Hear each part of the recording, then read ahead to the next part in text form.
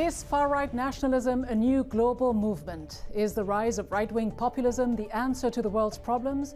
Or is it a disruptive force that is threatening the international order?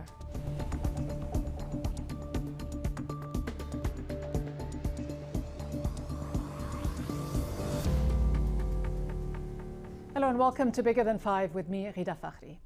The far right is on the rise. From Italy to India, from the Philippines to Brazil, the specter of populism has become global.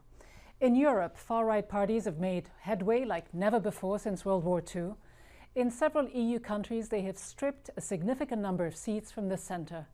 Donald Trump, who sees himself as the cheerleader of this rising insurgent movement, tried to capitalize on this growing momentum during his state visit to the UK this week.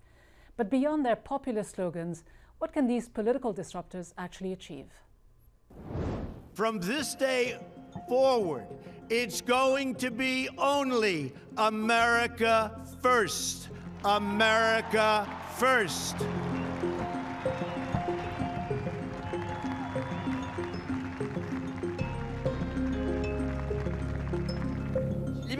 Immigration should be stopped, and Islamic ideology should be eradicated. Globalization should be regulated. Economy and oligarchies return to their proper place.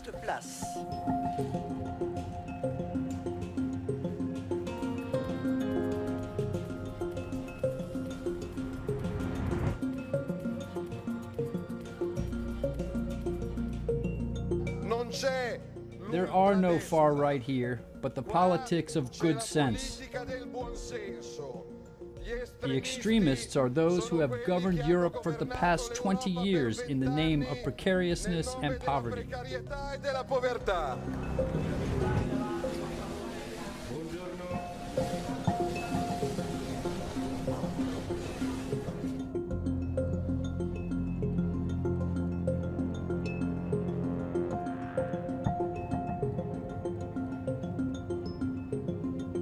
We've managed in 5.5 weeks not just to frighten the establishment. Oh no, they're not frightened. They're absolutely terrified.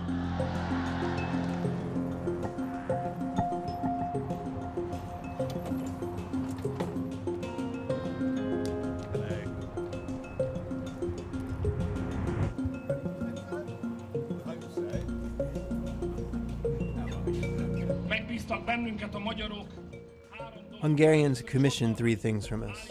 In the first place, they've entrusted us to stop migrants across all of Europe. They've commissioned us to defend the Europe of nations, and they've commissioned us to protect Christian culture in Europe. And you can be sure that that is what we are going to do.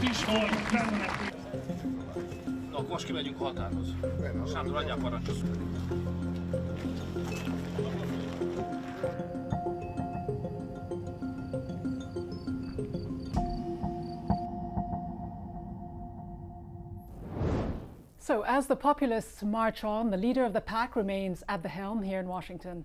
With his sights on the 2020 election, will President Trump continue down the populist path? I'm joined by Stephen Moore, a former senior economic advisor to Trump and an economist at the Heritage Foundation. He was previously considered for a seat on the Federal Reserve Board. Stephen Moore, you believe that Donald Trump has converted the Republican Party into, quote, a populist working class party. If that really is the case, how then do you explain the fact that hundreds of lobbyists representing big business and major corporations work in the administration?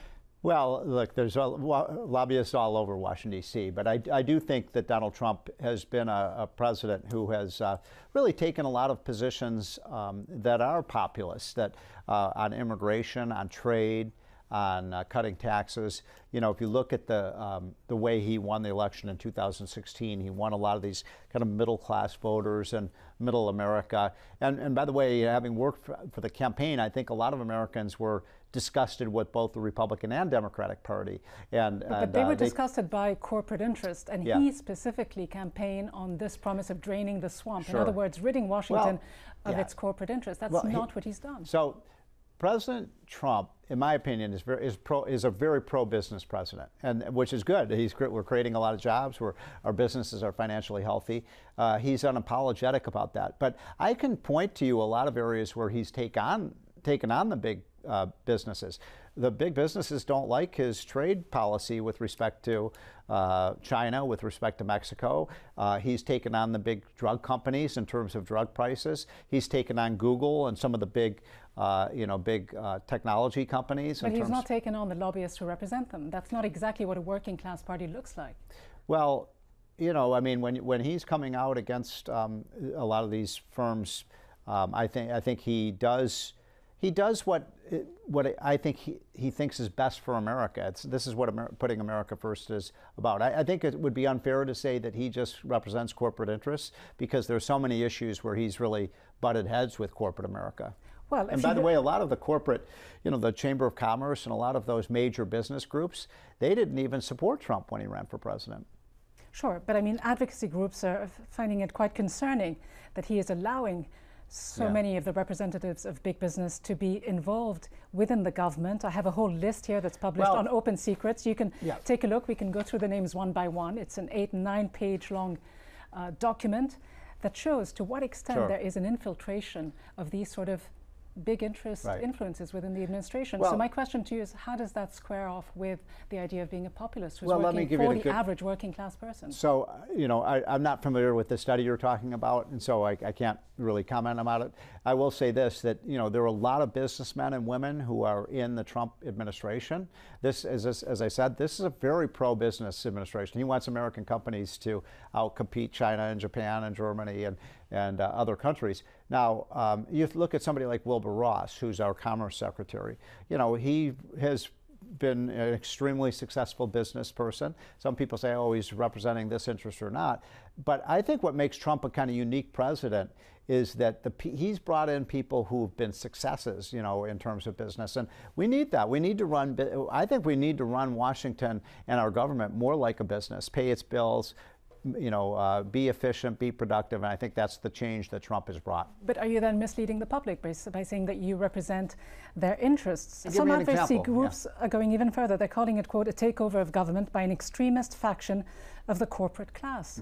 Can you deny that? Just because someone worked for a company or a corporation doesn't mean that they're, that they're biased. I think I've worked with Donald Trump. I know a lot of his top advisors. I think they're excellent people. I think they have the American interest at stake. And, I do think that it would be, and by the way, I had to sign something when I signed up for Donald Trump that I would not work, for a corporate interest and so on, that I would not become a lobbyist. And I think if anything, I think Trump has gotten around that whole idea of what you call the revolving door of people coming into government and then into business. And I'll be more than happy to share this list with you of all the hundreds of lobbyists. I'll take your word for it. I'll leave it here and you can, of course, have a look at it. But part of Trump's quote-unquote populist message as well is to pit the United States against this foreign enemy, more often than not China, stealing jobs, taking away jobs and people's livelihoods in this country. You've called the trade war with China the epic battle of our time. It is. And you say that Trump is right to take the fight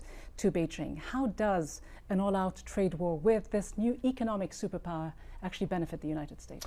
Well, we're in an abusive relationship with China. They cheat, they steal, they lie, they're involved in cyber espionage against the United States, they're hacking into our computer systems. This is the new Cold War. I really believe that. I think China is back to its totalitarian roots that you saw under Mao. I think it's become a regime that's both an economic and national security danger to the United States. And, this behavior of them stealing $300 billion of our technology every year, the fact that they've disregarded every WTO rule and regulation, they're acting illegally, the fact that they have not opened up their markets to the United States while we've totally opened up our markets to them. I think, look, I don't always agree with Donald Trump. You can argue exploitation of workers, currency manipulation, subsidies, lack of freedoms, but the numbers are there. They went from an economy whose GDP was $150 billion just in 1978 to what they are now, almost $15 trillion. It's time to accept this reality and just live with it. It was one thing for us to turn a blind eye to some of the economic malpractice that they were involved in when they were a $2 or $3 trillion economy. Now they're a $10 trillion economy. As you just said, they're the second largest economy. We can't go forward with a relationship where they're cheating and stealing, and we're just basically taking it. It's very easy to blame everything on China when presumably one should also look at the failings of the capitalist system that you are such a fierce defender of. It has not fulfilled the promises it once said it would live up to. In fact, it has left all of these working class people that the Trump administration purports to defend on the sidelines, on the margins. This is the working class president. You know, there was a report in the Wall Street Journal that the biggest wage gains have been for lower and middle income people. I mean, I just think it's been a phenomenal success for working class Americans. I mean, and I think it's a beautiful picture we've got right now. Now, look, I agree with you on the China trade thing with respect to this is a high risk strategy. There's no question about it. It is going to hurt the U.S. economy, but I think at the end of the day, Donald Trump is going to win. And I think we're going to get a trade agreement with China that will actually mean freer trade between both of our countries, which would be fantastic. And do you expect Donald Trump to get reelected on the basis of what the populist policies that he's adopted so far? I think there's a very high likelihood Donald Trump is going to be elected president in 2020. Stephen Moore, thank you very much. Thank you. Further south, the so-called Trump of the tropics, Jair Bolsonaro, was sworn in as Brazil's president in January.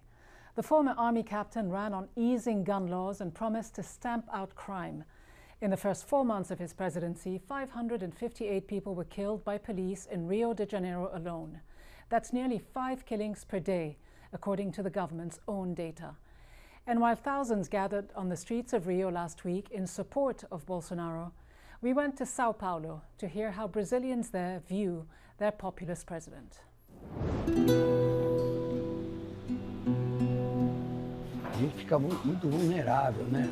A gente trabalha no balcão um dia de manhã, 5h30 da manhã, fui abordado aqui por 2 elementos,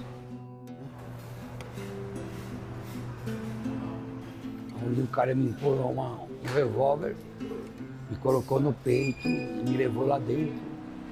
Ele o tempo todo tremendo, com a arma engatilhada. Então eu já fui assaltado aqui, sim. E não só aqui, na rua também. Com esses 2 assaltos que eu tive, o que eu mais torço hoje é para que a justiça funcione em pleno vapor. E que o bandido seja colocado onde tem que ficar. O Brasil precisa de uma pessoa que dê uma impactuada. E o Bolsonaro, quando se candidatou, por ele ser militar, não é que eu sou a favor ao militarismo, não. Eu sou a favor das coisas certas. Acho que o Brasil hoje está sendo representado por uma grande maioria e essa é a representação que chama Bolsonaro. Então, a gente não gosta muito de fazer esse trajeto de novo porque a gente revive, né, o que aconteceu, lembra. A gente andando tudo aqui procurando ele.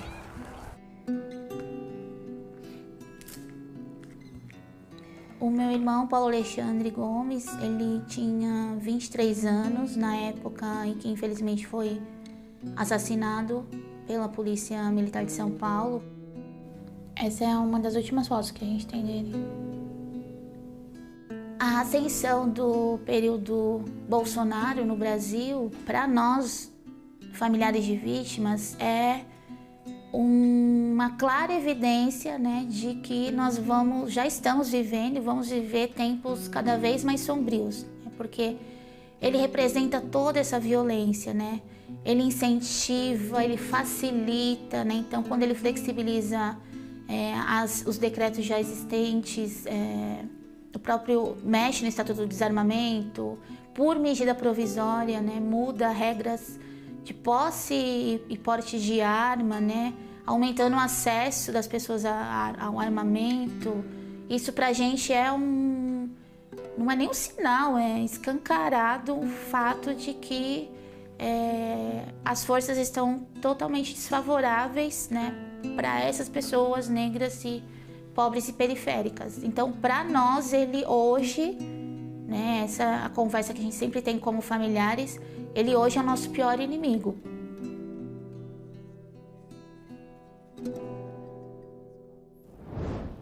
So then, is this global rise of far-right populists truly a global threat? Or are these leaders responding to the legitimate concerns of the people? I'm joined by John Alterman, Senior Vice President and Brzezinski Chair in Global Security and Geostrategy at the Center for Strategic and International Studies, and Frank Buckley. He is a Foundation Professor at George Mason University's Scalia School of Law. He is also a former campaign speechwriter for President Trump.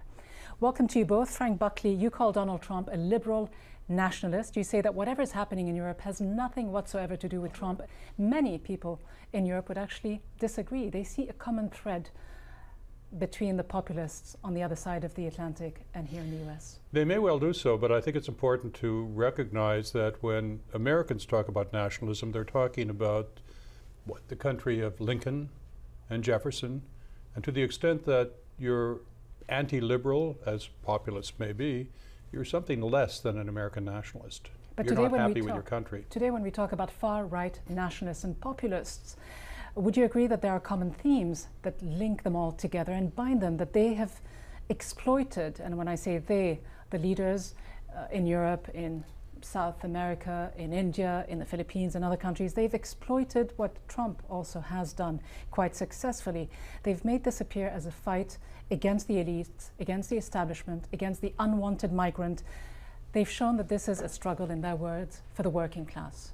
Well, indeed, there's something to that in the sense that, at least in America, the elites, the liberal elites, I might call them that in a political sense, have argued that they're the people on the side of economic mobility and equality, whereas I've argued it's exactly their policies which are keeping us immobile and unequal. So yes, there was a real economic need for a Trump presidency, but I'd really caution against trying to link that to, say, what's happening in India. Would you link this movement to John Alterman? No, I think there is. What I see populist leaders doing is saying, we, the majority, are all homogenous. We are all like each other, and there's a minority that is trying to take things from us, and we need to take the country. We, the majority, need to take it from the minority. In reality, in my view, and I don't know whether Frank agrees or not, actually, societies are made up of lots of different cross-cutting minorities where you share some things with 30%, some things with 40%, some things with 20%.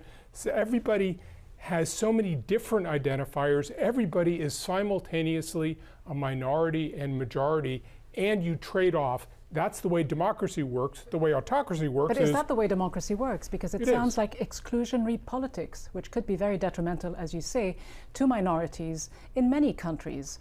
The mayor of London just described Trump as, quote, just one of the most egregious examples of a growing global threat. Was this an unfair characterization, do you think, John Alterman?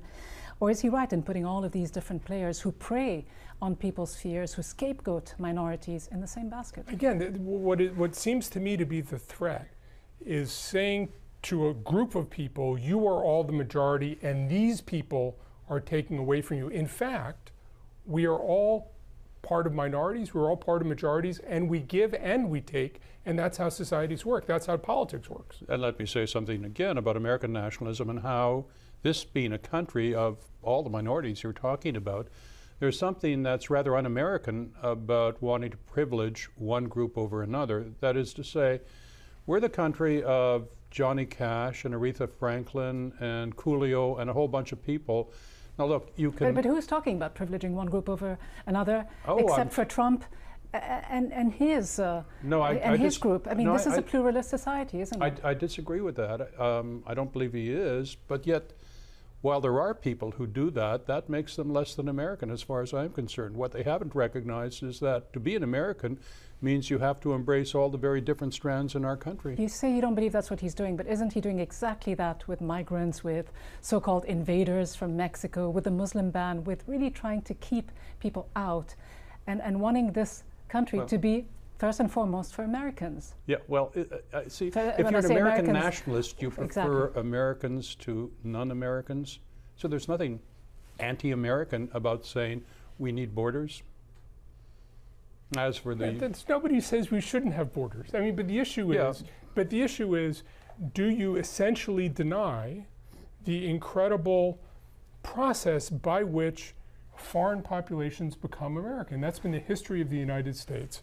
And what strikes me as particular to the Trump presidency, the Trump political approach, is it seems to deny that some people can cease to be a threat. It denies the greatness of America in taking these immigrant populations and turning them not only into taxpayers, but into Nobel laureates and other people to lead the country into the future. Well, I'm one of these people you're referring to, actually. But Frank Buckley, this is not just about economics, though, is it? Because you say that it's the slow process of restoring the American dream. How exactly does this restore the American dream? No, I disagree. And in fact, the best example, the proof, is the new Republican proposals with respect to immigration, which frankly simply copy the Canadian immigration law.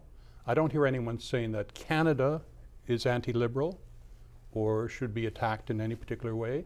No, if what we're trying to do is to promote, say, a merit system based on the Canadian model, that's not racist. In fact, the Canadian experience means what you're going to end up doing is admitting probably a lot more people from Asia. The concern many people, though, have is that this type of rhetoric that we're hearing from populist politicians today, President Trump here in the United States and many across Europe, is fanning the flames of intolerance, that it is pitting one group of people against another. We see this across the board today.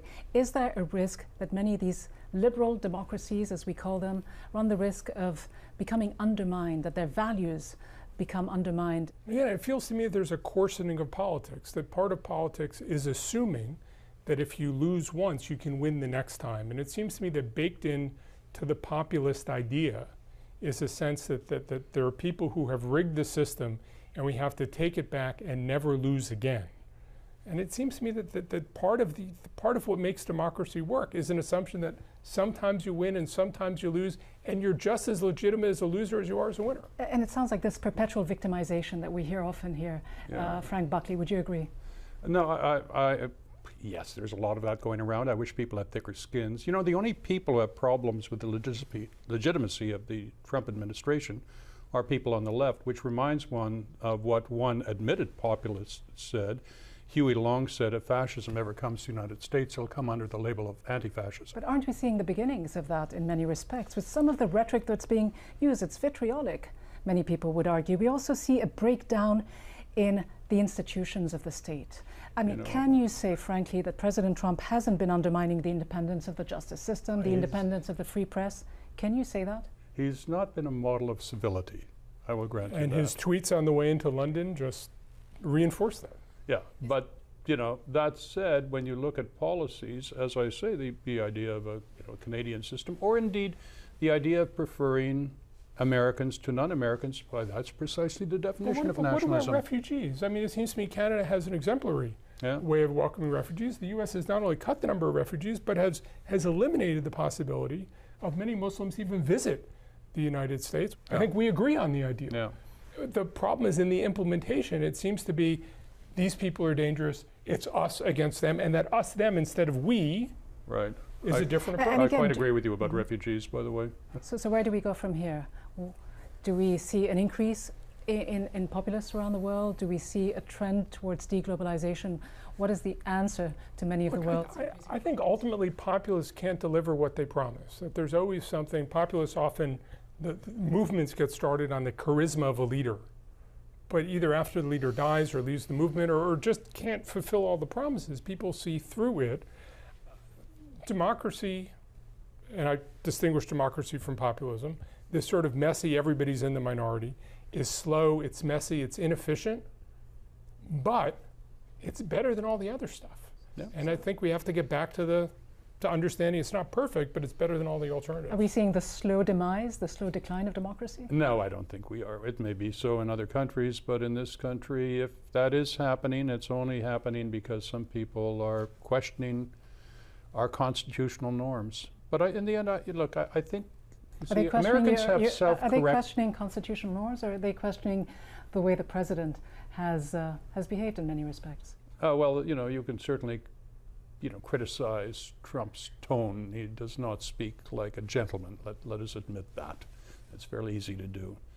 But the point I wanted to make is that there are self-corrective instincts in Americans.